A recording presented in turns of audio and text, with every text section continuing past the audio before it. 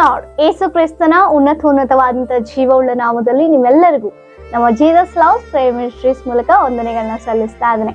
ದೇವರು ನಮ್ಮ ಸೇವೆನ ಎಷ್ಟು ಅದ್ಭುತವಾಗಿ ತನ್ನ ಸೇವೆಯಲ್ಲಿ ನಮ್ಮನ್ನ ಬಲಪಡಿಸ್ಕೊಂಡು ನಡೆಸ್ಕೊಂಡು ಬರ್ತಾ ಇದ್ದಾರೆ. ವಿಶೇಷವಾಗಿ ಅನೇಕ ದೈವ ಸೇವಕರ ಮೂಲಕ ಅನೇಕ ಆತ್ಮೀಯ ಸಂದೇಶಗಳನ್ನ, ಆತ್ಮೀಯ ವಿಷಯಗಳನ್ನ ತಿಳಿಸ್ಕೊಂಡು ಬರ್ತಾ ಇದ್ದಾರೆ. ಅದೇ ರೀತಿ ಈ ಒಂದು ಸಮಯದಲ್ಲಿ ಕರ್ನಾಟಕ ರಾಜ್ಯದ ಬೀದರ್ ಜಿಲ್ಲೆಯಲ್ಲಿ ಸೇವೆ ಮಾಡ್ತಾ ಇರುವಂಥದ್ದು ದೇವದಾಸ್ ಸಾಮ್ವೆಲ್ ಪಾಸ್ಟರ್ ಅವರು ರಾಫಾ ಹೀಲಿಂಗ್ ಮಿನಿಸ್ಟ್ರಿ ಅನ್ನುವಂಥ ಸೇವೆ ಮೂಲಕ ಸೇವೆ ಮಾಡ್ತಾ ಅನೇಕ ಸ್ಥಳಗಳಲ್ಲಿ ಇವ್ಯಾಂಜಲಿಸ್ಟ್ ಆಗಿ ಸುವಾರ್ತೆಯನ್ನು ಸಾರ್ತಾ ಇರುವಂಥ ದೈವ ಸೇವಕರು ದೇವದಾಸ್ ಸಾಮ್ವೆಲ್ ಪಾಸ್ಟರ್ ಮುಖಾಂತರ ಈ ಸಮಯದಲ್ಲಿ ನಮ್ಮೊಟ್ಟಿಗೆ ದೇವರು ಮಾತನಾಡಲಿಕ್ಕಿದ್ದಾರೆ. ನಾವೆಲ್ಲರೂ ಆಸಕ್ತರಾಗಿ ಈ ಒಂದು ವಾಕ್ಯ ಸಂದೇಶವನ್ನ ಕೇಳೋಣ, ದೇವರ ಆಶೀರ್ವಾದವನ್ನ ಹೊಂದಿಕೊಳ್ಳೋಣ. ದೇವರು ಇನ್ನು ಆತ್ಮೀಯ ಜೀವಿತದಲ್ಲಿ ನಮ್ಮನ್ನ ಬಲಪಡಿಸಲಿಕ್ಕೆ ಈ ಒಂದು ಸಂದೇಶ ಬಹಳ ಉಪಯುಕ್ತವಾಗಿದೆ ಎಂಬುದಾಗಿ ನಾನು ನೆನೆಸ್ತಾ ಇದ್ದೇನೆ. ಅದಕ್ಕಾಗಿ ಈ ಒಂದು ಸಮಯದಲ್ಲಿ ನಾನು ದೇವದಾಸ್ ಪಾಸ್ಟರ್ ಅವ್ರನ್ನ ಈ ಸಮಯದಲ್ಲಿ ಆಹ್ವಾನಿಸ್ತಾ ಇದ್ದೇನೆ. Praise the Lord.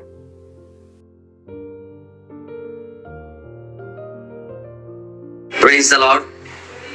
ಮೊದಲನೇದಾಗಿ ನಾನು ವಿಶ್ವದ ಒಡೆಯನಾದಂತ ಜಗತ್ತಿನ ನಿರ್ಮಾಣಕನಾದಂತ ಯೇಸು ಕ್ರಿಸ್ತರಿಗೆ ವಂದನೆ ಸಲ್ಲಿಸ್ತೇನೆ ಮತ್ತು ವೀಕ್ಷಿಸುವಂತ ನಿಮ್ಮೆಲ್ಲರಿಗೂ ಕೂಡ ನಾನು ಯೇಸು ಕ್ರಿಸ್ತನ ಮಧುರ ನಾಮದಲ್ಲಿ ನಾನು ವಂದಿಸಲಾಗಿದ್ದೇನೆ. ಹಲ್ಲೆಲೂಯಾ. ಮತ್ತು ಎರಡನೇದಾಗಿ ಜೀಸಸ್ ಲವ್ಸ್ ಮಿನಿಸ್ಟ್ರಿ ಸಿಸ್ಟರ್ ಪ್ರೀ ಅವರು ಕೂಡ ಅದ್ಭುತವಾಗಿ ಅವರ ಸೇವೆ ಅದ್ಭುತವಾಗಿ ಅವ್ರು ನಡೆಸ್ತಾ ಇದ್ದಾರೆ. ದೇವರು ಅವರನ್ನು ಕೂಡ ಹೆಚ್ಚಾಗಿ ಆಶೀರ್ವದಿಸಲಿ, ಅವ್ರ ಸೇವೆಯನ್ನು ಆಶೀರ್ವದಿಸಲಿ ಮತ್ತು ಈ ಮಾಧ್ಯಮದ ಮುಖಾಂತರವಾಗಿ ಅವರ ದಾಹೇನಂತಂದ್ರೆ ಅನೇಕರಿಗೆ ದೇವರ ವಾಕ್ಯ ಸಿಗಲಿ ಎಂಬ ದಾಸದಿಂದ ಸೇವೆ ಅವ್ರು ಮಾಡ್ತಾ ಆಸಕ್ತಿಯಿಂದ ಅವ್ರು ಕಾರ್ಯ ಮಾಡ್ತಾ ಇದ್ರೆ ದೇವರು ಅವರನ್ನು ಕೂಡ ಹೇರಳವಾಗಿ ಆಶೀರ್ವದಿಸಲಿ ನಾನು ಬೇಡ್ತೇನೆ. ಹಲ್ಲೆಲೂಯಾ. ಮತ್ತು ಇವತ್ತಿನ ಸಂದೇಶದ ಪೀಠಿಕೆನೆಂದ್ರೆ ಪ್ರಾರ್ಥನೆ, ಅಂದ್ರೆ ಆಸಕ್ತಿಯ ಪ್ರಾರ್ಥನೆ.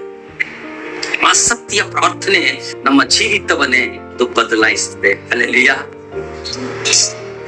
ಪ್ರಾರ್ಥನೆ ಅಂತಂದ್ರೆ ದೇವರೊಂದಿಗೆ ಸಂಭಾಷಿಸುವುದು, ಪ್ರಾರ್ಥನೆ ಅಂದ್ರೆ ದೇವರೊಂದಿಗೆ ಮಾತಾಡುವುದು. ಹಲ್ಲೆಲೂಯಾ. ಯಾವಾಗ ಈ ಆಸಕ್ತಿಯಿಂದ ನಾವು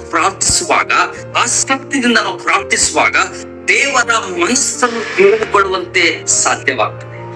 ಹಲ್ಲೆಲೂಯಾ. ಆಸಕ್ತಿಯ ಪ್ರಾರ್ಥನೆ ದೇವರಿಂದ ಆಶೀರ್ವಾದವನ್ನು ತಂದುಕೊಡುತ್ತದೆ. ಆಸಕ್ತಿಯ ಪ್ರಾರ್ಥನೆ ದೇವರಿಂದ ಬೆಂಕಿಯ ಅಭಿಷೇಕವನ್ನು ತಂದುಕೊಡುತ್ತದೆ. ಈ ಆಸಕ್ತಿಯ ಪ್ರಾರ್ಥನೆ ದೇವರ ಮನಸ್ಸನ್ನು ಸಂತೋಷಪಡಿಸುತ್ತದೆ. ಈ ಆಸಕ್ತಿಯ ಪ್ರಾರ್ಥನೆ ದೇವರ ಚಿತ್ತವನ್ನು ತಿಳಿಯುವಂತೆ ಮಾಡುತ್ತೆ. ಹಲ್ಲೆಲೂಯಾ. ಪ್ರಾರ್ಥನೆ ಬಹಳ ಪ್ರಾಮುಖ್ಯವಿದೆ, ಪ್ರತಿಯೊಬ್ಬರಿಗೆ ಪ್ರಾಮುಖ್ಯ. ಪ್ರಾರ್ಥನೆ ಇಲ್ಲದ ಜೀವಿತ ಅದು ಬರಿಡು ಭೂಮಿಗೆ ಸಮಾನ.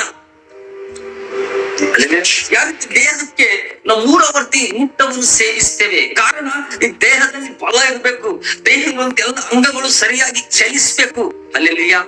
ಯಾವಾಗ ದೇಹಕ್ಕೆ ಸರಿ ಬೇಕಾದಂತ ಆಹಾರ, ಫುಡ್, ಫ್ರೂಟ್ಸ್, ನೀರು ಅದೆಲ್ಲ ನಾವು ಸೇವಿಸುವಾಗ ದೇಹದಲ್ಲಿ ಒಂದು ಬಲ ಬರುತ್ತದೆ, ದೇಹದಲ್ಲಿ ಒಂದು ಸಂಚಲನ ನಡೀತದೆ, ದೇಹದಲ್ಲಿ ಒಂದು ಚೈತನ್ಯ ಬರುತ್ತದೆ. ಅದೇ ರೀತಿಯಾಗಿ ನಮ್ಮ ಆತ್ಮ ಕೊಡಕ್ಕೂ ಆಹಾರ ಬೇಕು, ನಮ್ಮ ಆತ್ಮ ಕೂಡ ಬಲ ಹೊಂದಬೇಕು, ನಮ್ಮ ಆತ್ಮ ಕೊಡಕ್ಕೂ ಆತ್ಮಿಕ ಆಹಾರ ಸೇವಿಸಿಕೊಡಬೇಕು. ಹಲ್ಲೆಲೂಯಾ. ಆತ್ಮಿಕ ಆಹಾರ ಅಂದ್ರೆ ಪ್ರಾರ್ಥನೆ. ಹಲ್ಲೆಲೂಯಾ. ಈ ಪ್ರಾರ್ಥನೆ ಮಾಡುವಾಗ ನಮ್ಮ ಆತ್ಮವನ್ನು ಬಲಗೊಳ್ಳುತ್ತಾನೆ, ಪ್ರಾರ್ಥನೆ ಮಾಡುವಾಗ ನಮ್ಮ ಆತ್ಮ ಶಕ್ತಿಗೊಳ್ಳುತ್ತದೆ, ಪ್ರಾರ್ಥನೆ ಮಾಡುವಾಗ ನಮ್ಮ ಆತ್ಮ ದೇವರ ಆತ್ಮದೊಂದಿಗೆ ಕನೆಕ್ಟ್ ಆಗುತ್ತೆ. ಹಲ್ಲೆಲೂಯಾ. ಅಷ್ಟು ಶಕ್ತಿ ಪ್ರಾರ್ಥನೆಯಲ್ಲಿದೆ. ಯಾವ ಕಾರ್ಯ ಆಗುವುದಿಲ್ಲೋ ಎಂಬುದಾಗಿ ನೀವು ಹೇಳ್ತಾ ಇದ್ದೀರೋ ನನ್ನ ಪ್ರಿಯ ಸಹೋದರ ಸಹೋದರಿ, ಇವತ್ತು ನಿಮ್ಮ ಪರಿಸ್ಥಿತಿಗಳಲ್ಲಿ ಯಾವುದು ಈ ಕಾರ್ಯ ಆಗುವುದಿಲ್ಲ, ಇದು ಅಸಾಧ್ಯವಾದದ್ದು, ಇದು ಸಾಧ್ಯವಿಲ್ಲ ಎಂಬುದಾಗಿ ನೀವು ಅನ್ಕೊಂಡಿರ್ಬಹುದು. ಆದ್ರೆ ಪ್ರಾರ್ಥನೆ ಏನ್ ಮಾಡ್ತದೆ ಅಂದ್ರೆ ಅದು ಸಾಧ್ಯವಾಗಿ ಮಾರ್ಪಡಿಸ್ತದೆ. ಹಲ್ಲೆಲೂಯಾ. ಪ್ರಾರ್ಥನೆ ಇಲ್ಲದನ್ನು ಇದನ್ನು ಹಾಗೆ ಮಾಡುತ್ತೆ, ಪ್ರಾರ್ಥನೆ ಇಲ್ಲದನ್ನು ಇಲ್ಲದ ಹಾಗೆ ಮಾಡುತ್ತೆ. ಈ ಪ್ರಾರ್ಥನೆಗೆ ಅಂತ ಶಕ್ತಿ ಇದೆ. ಆ ಪ್ರಾರ್ಥನೆ ಯೇಸು. ಹಲ್ಲೆಲೂಯಾ. ಹಲ್ಲೆಲೂಯಾ. ಅದಕ್ಕೆ ಯೇಸು ಸ್ವಾಮಿ ಕೂಡ ಈ ಲೋಕದಲ್ಲಿ ಇರುವಾಗ ಅವ್ರು ಇನ್ನು ಮಬ್ಬಿರುವಾಗ್ಲೇ ಅವರು ಅಡವಿಗೆ ಪ್ರಾರ್ಥನೆ ಮಾಡಬೇಕಾಗಿತ್ತು. ಯೇಸು ಸ್ವಾಮಿಗೆ ಪ್ರಾರ್ಥನೆ ಮಾಡೋಂತ ಅವಶ್ಯಕತೆ ಇರಲಿಲ್ಲ. ಆತನು ಸೃಷ್ಟಿಕರ್ತನು, ಆತನು ಸ್ವತಃ ದೇವನಾಗಿದ್ರು ಕೂಡ ಆತನು ಪ್ರಾರ್ಥನೆ ಮಾಡ್ಬೇಕೆಂಬುದಾಗಿ ನಮಗೆ ಮಾದರಿಯಾಗಿ ಅದನ್ನು ಕಲಿಸಿಕೊಟ್ಟಿದ್ದಾರೆ. ಹಲ್ಲೆಲೂಯಾ. ಆತನು ಯಾವಾಗಲೂ ದೇವರ ತಂದೆಯೊಂದಿಗೆ ಸಂಪರ್ಕ ಹೊಂದಿಕೊಳ್ತಾ ಇದ್ರು, ಯಾವಾಗಲೂ ದೇವರೊಂದಿಗೆ ಅಥವಾ ತಂದೆಯೊಂದಿಗೆ ಒಳ್ಳೆ ಸಂಬಂಧ ಹೊಂದಿಕೊಳ್ತಾ ಇದ್ರು. ಈ ಪ್ರಾರ್ಥನೆ ಮುಖಾಂತರ ದೇವರು ಯೇಸು ಸ್ವಾಮಿ ತನ್ನ ತಂದೆಯೊಂದಿಗೆ ಒಳ್ಳೆ ಸಂಬಂಧ ಬಲಪಡಿಸಿಕೊಳ್ತಾ ಇದ್ರು. ಹಲ್ಲೆಲೂಯಾ.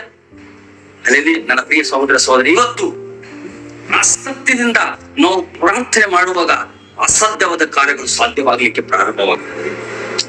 ಇಲ್ಲಿ ನೋಡ್ರಿ, ಎಲಿಯನು ಯಾಕೋಬನ ಬರೆದ ಪತ್ರಿಕೆ 17 ನೋಡ್ತೇವೆ, ನೀತಿವಂತನ ಅತ್ಯಾಸಕ್ತಿಯುಳ್ಳ ವಿಜ್ಞಾಪನೆ ಬಹು ಬಲವಾಗಿದೆ.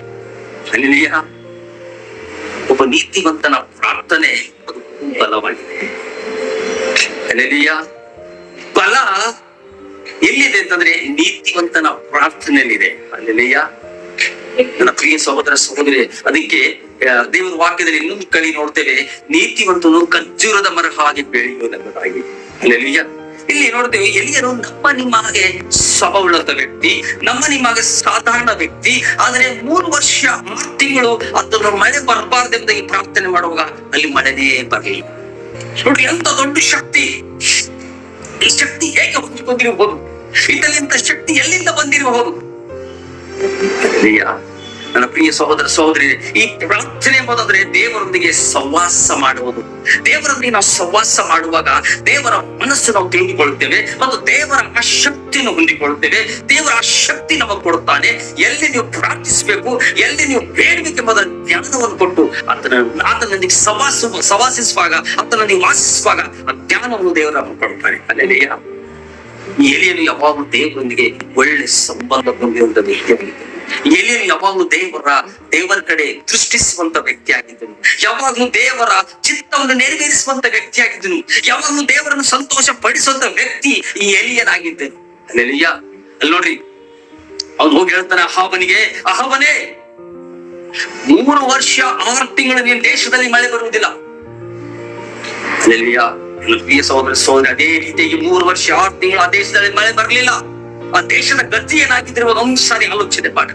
ಅಲ್ಲಿರುವಂತಹ ಪ್ರಾಣಿ ಪಕ್ಷಿಗಳು ಜನರು ಅವ್ರ ಗತಿ ಏನಾಗಿರ್ಬೋದು ನೋಡ್ರಿ. ಒಬ್ಬ ಆಸಕ್ತಿ ಉಳ್ಳಂತ ಪ್ರಾರ್ಥನೆ ಮಳೆ ನಿಲ್ಲಿಸ್ಕೋ. ಇವತ್ತು ನೀವು ಆಸಕ್ತಿಯಿಂದ ಪ್ರಾರ್ಥನೆ ಮಾಡುವಾಗ ಸೈತಾನನ ಕಾರ್ಯವನ್ನು ನೀವು ನಿಲ್ಲಿಸಬಹುದು. ಅವನ ಶಕ್ತಿಯ ಮೇಲೆ ನೀವು ಜಯ ಹೊಂದಬಹುದು. ಇಲ್ಲಿ ನೋಡ್ರಿ, ಎಲಿಯನು ನನ್ನನೇನಾದ ಸ್ವಭಾವದ ವ್ಯಕ್ತಿ, ನನ್ನನೇನಾದ ಸಾಧಾರಣ ವ್ಯಕ್ತಿ. ಅದನ್ನು ನಾವೇನ್ ಊಟ ಮಾಡ್ತೇವೋ ಅದನ್ನೇ ಅದನ್ನು ಊಟ ಮಾಡುವಂತ ವ್ಯಕ್ತಿ ಆಗಿದ್ರು. ಅದು ನಮ್ಮ ನಿಮಗೆ ನೀರು ಸೇವಿಸುವಂತ ವ್ಯಕ್ತಿಯಾಗಿದ್ದ, ನಮ್ಮ ನಿಮಗೆ ಊಟ ಮಾಡುವಂತ ವ್ಯಕ್ತಿಯಾಗಿದ್ದ. ಆದರೆ ಮಳೆ ಬರಬಾರ್ದಂತ ಬಲವಾಗಿ ಪ್ರಾರ್ಥನೆ ಮಾಡುವಾಗ ಅಲ್ಲಿ ಮಳೆ ಬರಲಿಲ್ಲ. ಅದೆಲ್ಲಿಯ ಯಾಕಂದ್ರೆ ಆ ಶಕ್ತಿ ಹೊಂದ್ಕೊಳ್ಬೇಕಾದ್ರೆ, ಆ ಶಕ್ತಿ ಅದರಲ್ಲಿ ಬರ್ಬೇಕಾದ್ರೆ ದೇವರಿಗೂ ಅವನಿಗಿರುವಂತ ಒಳ್ಳೆ ಸಂಬಂಧ ನಿಮಿತ್ತವಾಗಿ. ಅಲ್ಲೆಲಿಯ ಈ ದೇಶದಲ್ಲಿ ನೋಡ್ರಿ, ಬಹಳಷ್ಟು ಕಷ್ಟಕ್ಕೊಳಗಾದ ಅಹಾಬನು ಹುಡ್ಕೋತಾ ಬರ್ತಾನೆ. ಆ ಪ್ರಾರ್ಥನೆ ಮಾಡುವಂತ ವ್ಯಕ್ತಿಯಲ್ಲಿ, ಆ ಎಲಿಯನು ಎಲ್ಲಿ, ಆ ದೇವರ ಮನುಷ್ಯನು ಎಲ್ಲಿ? ಅಲ್ಲೆಲಿಯ ನನ್ನ ಪ್ರಿಯ ಸಹೋದರ ಸಹೋದರಿಯರೇ, ಇವತ್ತು ನೀವು ಪ್ರಾರ್ಥನೆ ಮಾಡುವಂತ ವ್ಯಕ್ತಿಗಳಾಗಿ ಮಾರ್ಪಟ್ರೆ ಜನರು ನಿಮ್ಮನ್ನು ನೋಡ್ಕೊಂಡು ಬರ್ತಾರೆ. ಆ ಪ್ರಾರ್ಥನೆ ಮಾಡುವಂತ ವ್ಯಕ್ತಿಯಲ್ಲಿ, ಆ ದೇವರ ಸೇವಕನು ಎಲ್ಲಿ, ಆ ನೀತಿವಂತನು ಎಲ್ಲಿ ಎಂಬುದಾಗಿ. ನನ್ನ ಪ್ರಿಯ ಸಹೋದರ ಸಹೋದರಿ, ನಾವು ನೀತಿವಂತರಾಗಿ ಜೀವಿಸಿ ಆಸಕ್ತಿಯಿಂದ ಪ್ರಾರ್ಥನೆ ಜೀವಿತ ಅಳವಡಿಸಿಕೊಳ್ಳುವಾಗ ಅಸಾಧ್ಯವಾದ ಕಾರ್ಯಗಳು ಸಾಧ್ಯವಾಗಿ ಮಾರ್ಪಡಿಸ್ತೇವೆ. ಅಲ್ಲೆಲ್ಲೂಯ್ಯ. ಅಹಾಬನ ಗತಿ ಏನಾಗಿದೆ ನೋಡ್ರಿ. ನನ್ನ ಪ್ರಿಯ ಸಹೋದರ ಸಹೋದರಿ, ಒಂದ್ ಹೇಳಕ್ ನಾನು ಇಷ್ಟಪಡ್ತೇನೆ.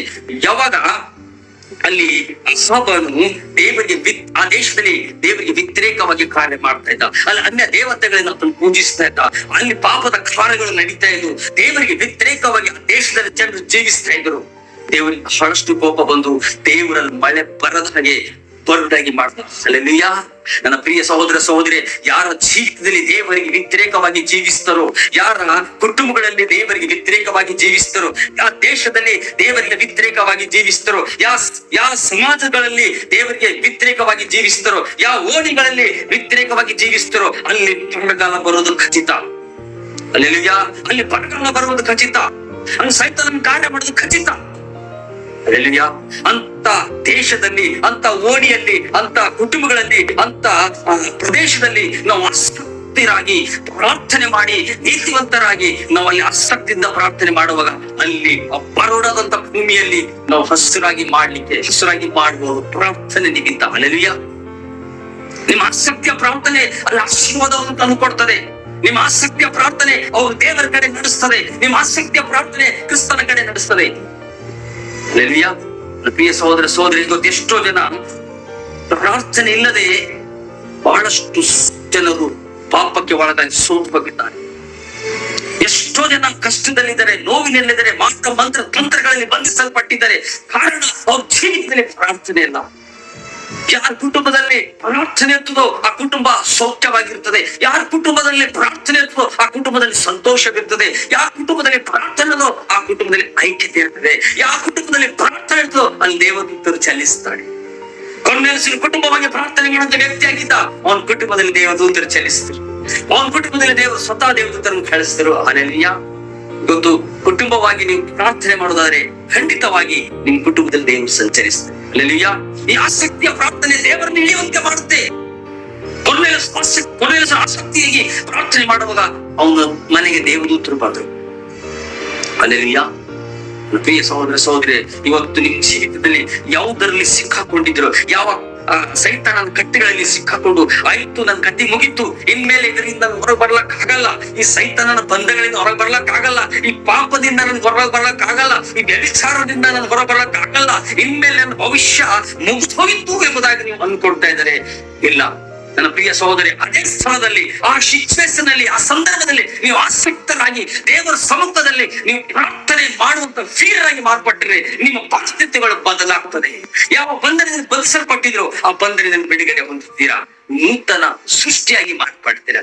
ಕಾರಣ ನಿಮ್ಮ ಆಸಕ್ತಿಯ ಪ್ರಾರ್ಥನೆ ನಿಮಿತ್ತಾಗಿ ಸ್ವತಃ ದೇವರೇ ನಿಮ್ಮ ಕ್ಷೇತ್ರದಲ್ಲಿ ಇಳಿದು ಬರ್ತಾರೆ. ಹಲ್ಲೆಲೂಯಾ.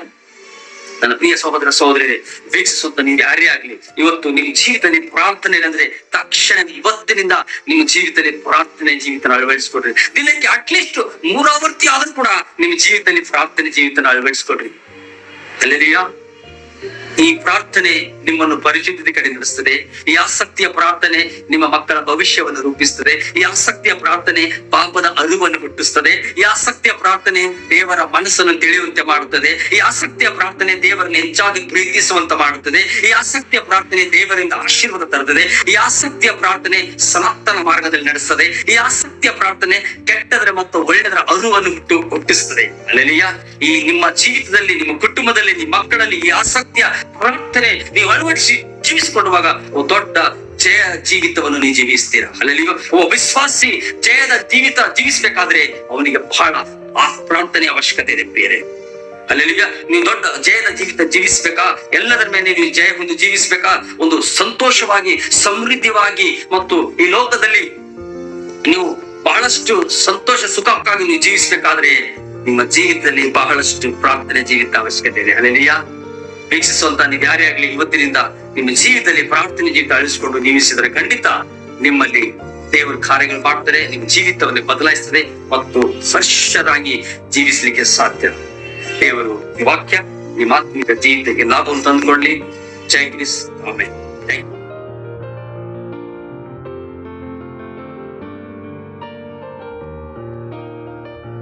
Price the Lord. ಪ್ರಿಯ ಸಹೋದರ ಸಹೋದರಿಯರೇ, ಇದುವರೆಗೂ ನಾವು ಕೇಳಿದಂತ ಅದ್ಭುತವಾದಂತ ವಾಕ್ಯ ಸಂದೇಶ ದೇವರು ತಾನೇ ತನ್ನ ಪರಿಶುದ್ಧಾತ್ಮನ ಮೂಲಕ ದೈವ ಸೇವಕರಾದ ದೇವದಾಸ್ ಸಾಮ್ವೇಲ್ ಪಾಸ್ಟರ್ ಅವರ ಮುಖಾಂತರ ನಮ್ಮೊಟ್ಟಿಗೆ ಮಾತನಾಡಿದ್ದಾರೆ.